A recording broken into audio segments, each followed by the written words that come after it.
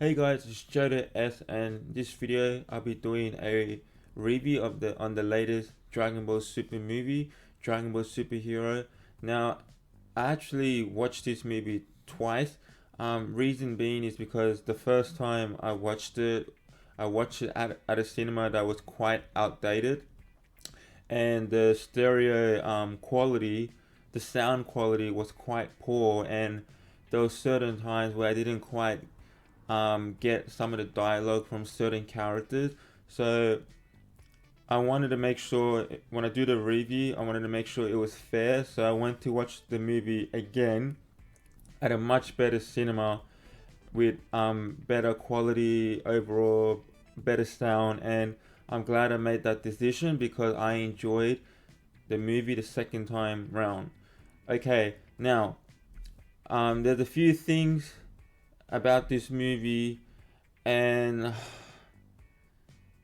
I kind of have like a mixed feeling with this movie. Okay, um, so on one thing, I feel like they got something right, but they also got some things wrong, and it is quite frustrating because I always wanted, Gohan to come back to being one of the strongest warrior, or if not, the strongest Z warrior out there for a long time. And this movie seemed that we're gonna get that, but not in a way that I expected or I would like to. Instead, I was a little bit disappointed. So, anyways, let's get on to this review. Now we started with the movie with an opening scene of basically a summary of the Red Ribbon Army for the newer audience, or maybe the audience that needs some refresh of memory from the Dragon Ball days with the Red Ribbon, and explaining the whole event of the Android sagas in the Dragon Ball sagas and the Android saga in Dragon Ball Z. So that was nice. And actually, I want to touch upon the animation of when they did the re-animation for certain scenes from the Cell games. That's the type of animation I I wanted for one super comeback, or if they're gonna make more movies, I want them to go for that modern animation look that they showcase at the opening scenes. Now, after that, I wasn't. I felt like we went too long. It was a bit too dragged on with Dr. Giro's grandkid. I forgot his name, and this other guy that is trying to negotiate with Dr. Giro's grandson to make the ultimate android to defeat the Z Warrior. Now, obviously, I didn't expect much with the plot. It is Dragon Ball Z. Don't expect too much. It's very simple, straightforward. Even though it seems recycled as been done in the past, it is what is expected. All right. So after that, basically, we shift into Piccolo. Piccolo's talking to Videl. Then after he spoke to Bulma later on. So basically, Piccolo has quite a role in this movie. There were some funny scenes. I did really enjoy Piccolo in this movie. But there is one thing that kind of annoyed me about Piccolo. I'm not sure if that's actually Piccolo. Like I felt like they went overboard with his character in a way. In a way, so I'm gonna get to that soon. So after he speaks to Videl, he went to he went to train with Pan, which is really cute. Same way how he trained Gohan, because Goku's always fighting up in the other world or the Beerus planet, and he went to speak to Gohan, see how he is. Obviously, Gohan's book nerd. He's on the desk. He's on the computer, and basically he's telling Gohan he's a wimp, telling him off, which us fans want to do the same thing as well. And so I found that it's a really funny moment. And then we started the action with which Gamma was it? Gamma 2, I think it was, came to fight Piccolo for a bit. Um, alright scene, some cool like action sequence going on. I was kind of the 3D shading or the 3D model that they were going for this movie kind of annoyed me with certain angles. It kind of looked funky and weird, but I did I did get used to it as the movie went on. So basically, Gamma 2 thought that he defeated Piccolo. Piccolo then followed him to where Gamma 2 was heading. Then we discovered like a hidden Red Army, huge Red Ribbon Army secret base. Piccolo, it was actually funny. Piccolo went there. Uh, he knocked out someone, takes a uniform, pretend to be a double agent. You could say, I guess. And then we found out that Dr. Giro's grandson, is creating Cell Max. Okay, now I was a bit surprised that we found out about Cell Max this early in the movie. I thought Cell Max was kind of going to be like a surprise all of a sudden. After Gamma 1 and Gamma 2 was defeated, boom, Cell Max came like, holy shit, where did he come from? And that was Dr. Giro's grandson secret plan the whole time. But no, we get told that Cell Max is being created, and so we found out about that.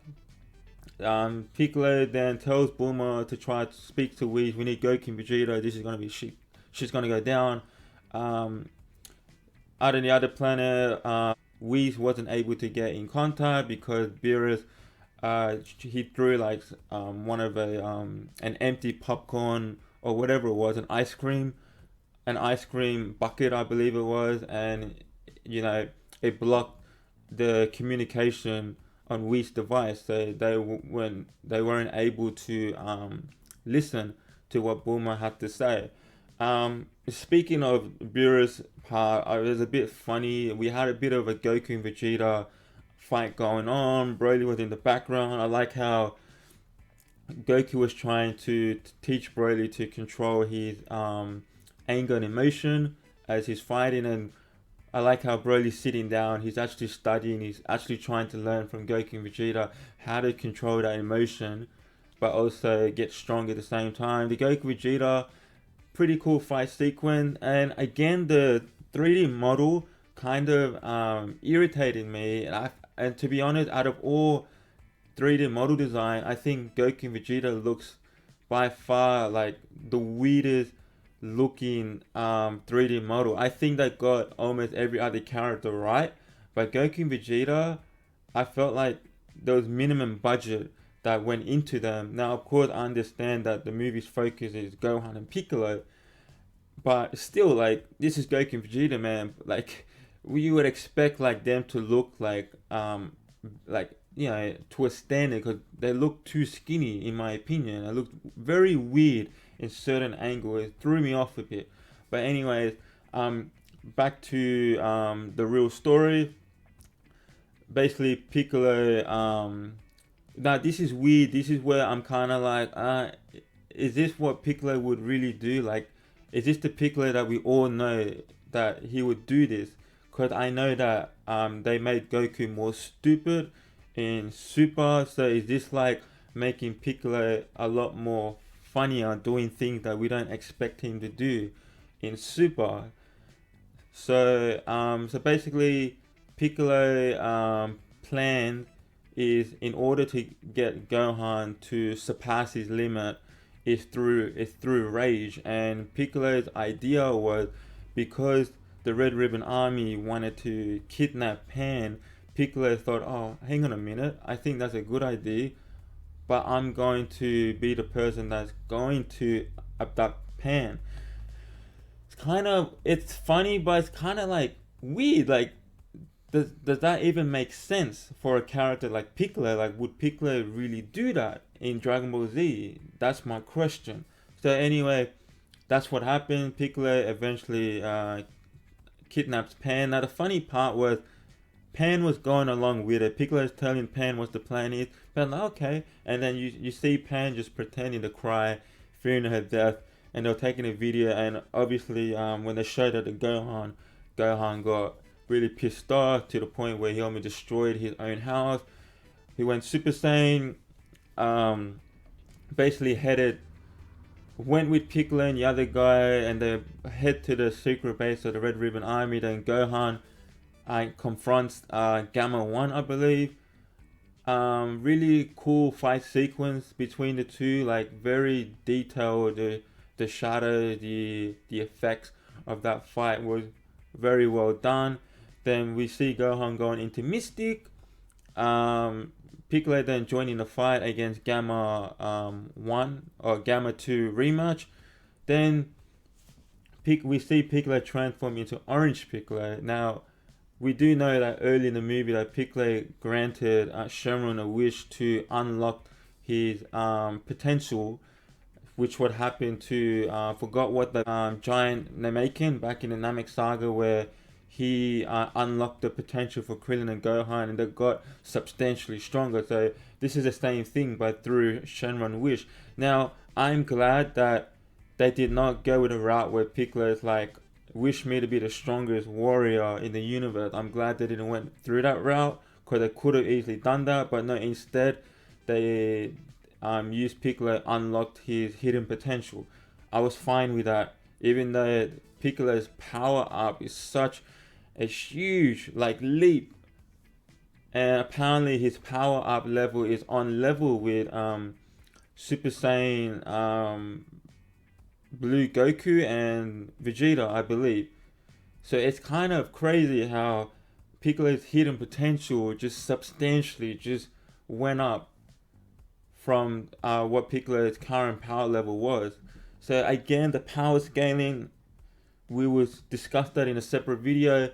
But we see, first we see like a light green Piccolo, and then we see his second form, Orange Piccolo. Supposedly this is the god level form. Now I have to admit, I really like the design, really beastly. The OST in the background, very fire. I'm not sure about the name Orange Piccolo, but it's just funny how Piccolo just thought of it because he's orange, because he's not that type of guy to name fancy name like the sayings are. So we get a cool, basically Piccolo one shot Gamma 2. He tells Gohan to stop, that the Gamma realize the true objective of the Red Ribbon Army, and that they found out that they were using his master, Dr. Gero's grandson. I'm sorry, I keep forgetting his name. They were using him the whole time.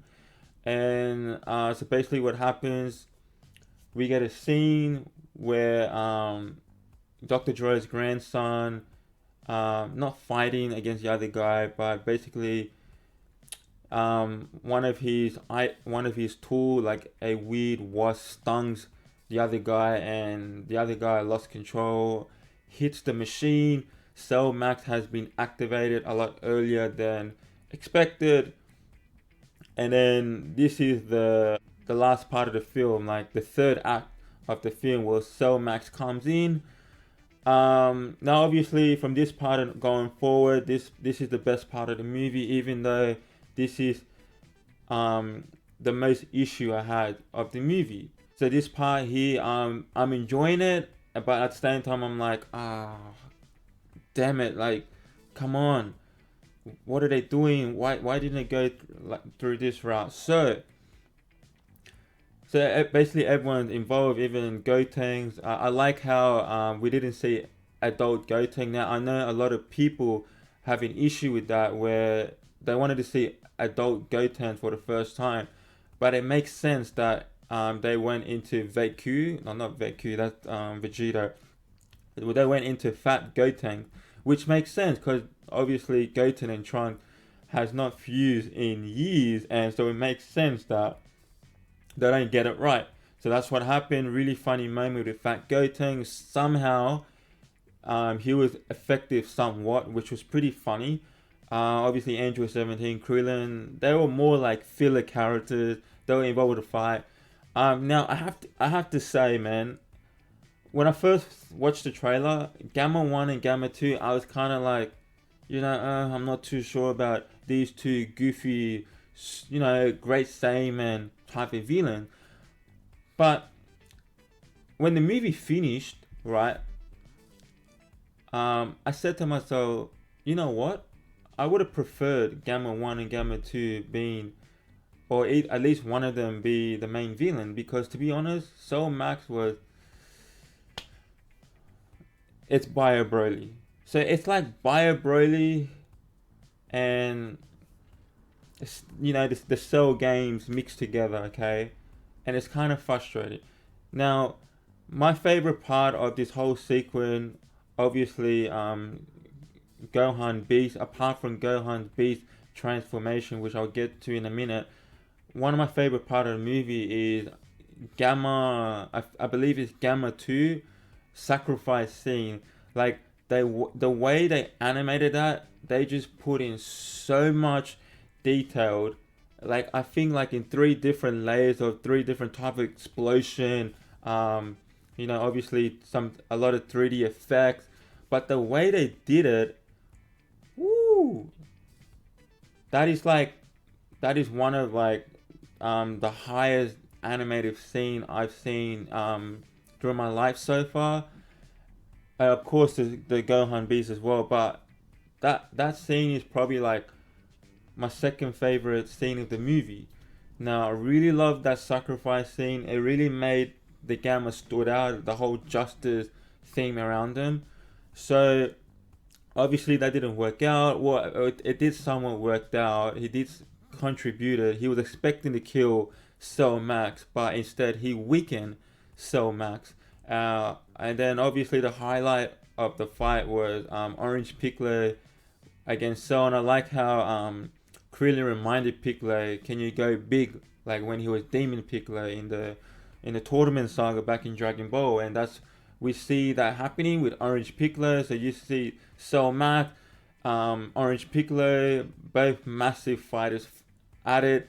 Piccolo's telling Gohan to charge up for one big final attack, but at the same time, Piccolo is also getting beat up somewhat on purpose, because he knows that if he gets beat up quite bad, he knows that Gohan will go to extreme length and probably surpass that expectation that Piccolo was expecting him to transform to that level. So that's what happened. And then we see Gohan Beast.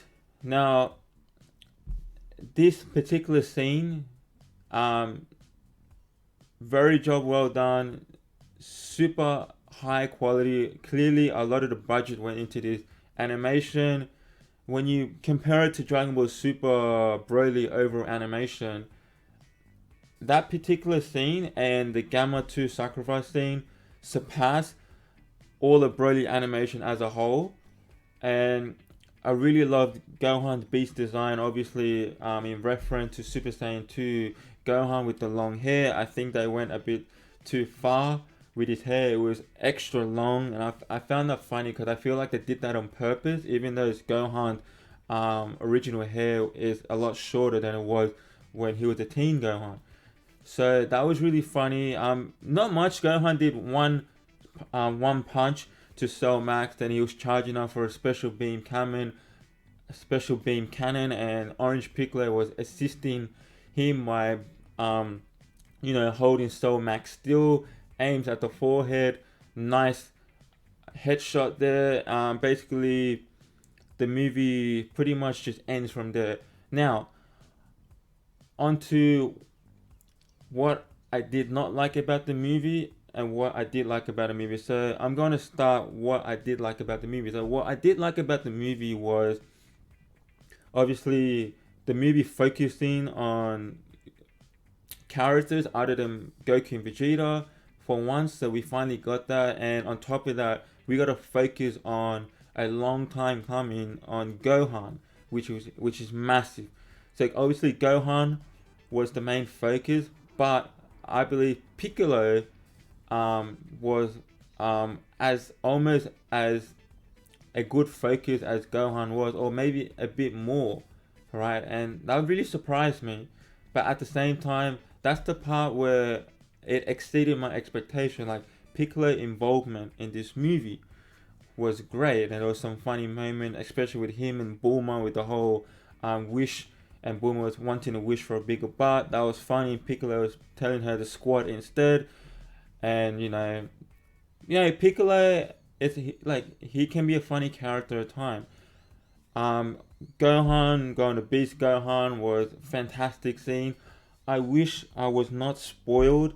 Had I not been spoiled and I saw that for the first time, I would have, been a lot more. I would have enjoyed the movie a lot more because I'd be like, I would have expected a transformation, but not the way Gohan looked.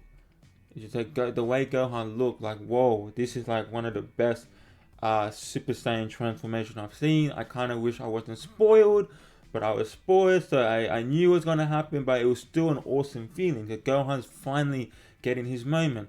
And obviously, as I said before, Gamma 2 sacrifice scene, one of my best part of the movie. I really loved, and I also loved the whole farewell to Gamma 2 as he was passing on. I'm guessing. So they were mainly my favorite part of the movie. Okay, the good part that I liked about the movie. Now, on to the parts I did not like. First and foremost, I did not like as I mentioned before, the character design of Goku and Vegeta. I just felt like they both looked skinny. They did not look right. They just looked very weird, right? Um, what else was there? I did not like. I'm not sure if other people have this issue. I believe there's two parties here. There's those people that liked it because it was very funny, but there was those type of people like myself that we just felt like it was too, what's the word? It was too forceful and kind of making it a joke about it when the movie should have felt more serious, if that makes sense. So basically, like I was mentioning before, was it out of Piccolo's character to do that with the whole kidnapping pan? Low key getting his ass kicked on purpose right in front of Gohan, just so Gohan can transform. And the last part I did not like about the movie is Cell Max is basically Bio Broly. And as we know, Bio Broly is the worst Dragon Ball Z movie by the majority of us. And the fact that Cell returning gets the Bio Broly treatment is kind of like fuck, really dead ass. So that's basically it. Now, what I would have done and what I would have expected, and I'm surprised they didn't do it, is if you're gonna bring Cell back. Now I understand you can't bring Cell back like you brought back Frieza because Cell was an android. He needs Android 17 and Android 19 in his body for him to be that perfect Cell. But what they could have done, like they did in this movie, Dr. Gero's grandson, who is um, who is more of a genius than Dr. Gero, they could have done the same thing, but instead had perfect Cell come back, not the second form Cell, and obviously not a massive version of it. Just you bring back perfect Cell, obviously not the same Cell, but has almost the same memory from the Cell games. And if they bring back that Cell with that duplicate memory of the original perfect Cell, and you have Cell make those similar dialogue to what he was saying to Gohan back in the Cell game saga, and then you have Piccolo, and Piccolo is Android 16 in that scene, and then you have Cell, the new Cell actually kills Piccolo, and then you have the Gohan Beast transformation. That to me makes a whole lot more sense, and that's something that should have happened, to be honest, if they were going to bring back Cell. Because when I found out that they're going to bring back Cell, I was like, yes, oh my god, here we go, we're going to do like this whole Super Saiyan 2 moment again, except better because now Piccolo is involved. Piccolo is the main character, and I was honestly expecting Piccolo to die, if not get to the point where he has a not a concussion, but he's in a coma or something like that, like something very severe to the point where Piccolo doesn't recognize Gohan. I think that shit will hit harder rather than a typical dying because we all know that Shenron's gonna wish them back. I think if they went with that route, holy shit, and then Gohan goes to Gohan Beast, this movie would have been like an A, straight A. But no, that didn't happen. So unfortunately, this movie is not an A. Now on to my rating. So my overall rating, like I mentioned before, I enjoyed the movie, but there was certain part of the movie that really irritated me, and I wish they didn't do that. So I'm going to give Dragon Ball Super Superhero a B minus. So it's basically 7.5 out of 10. It is not better than Broly. I believe it's nowhere near as good as Broly. I would have given Broly a good 9 out of 10. This is 7.5. But if you're a Dragon Ball fan, and especially if you're a Gohan fan, this movie is for you. But if you are just some fan that likes to watch animation in general, I'm not sure if this is for you. Like when you compare this movie with Dragon Ball Super Broly, a lot of people, even non Dragon Ball Z fan, would enjoy the Broly movie, but they probably won't enjoy this movie near enough as that. So I might discuss that in another video. I might do a video of Dragon Ball Super Broly versus Dragon Ball Super Superhero. But anyway, guys, I don't want to make this video too long. That is my review. What do you guys thought of the movie? Do you agree with my point? Do you disagree with my point? Let me know by commenting down below. And guys, don't forget to like, comment, subscribe. It will really help me out. I'm just trying to start this YouTube career. So really, if you could just put a like or comment, share. I don't expect everything, just one or the other. Please, it will really help me out. And again, guys, thank you for taking your time to watch this video. I hope you enjoyed this review. And with that being said, Joda S signing out.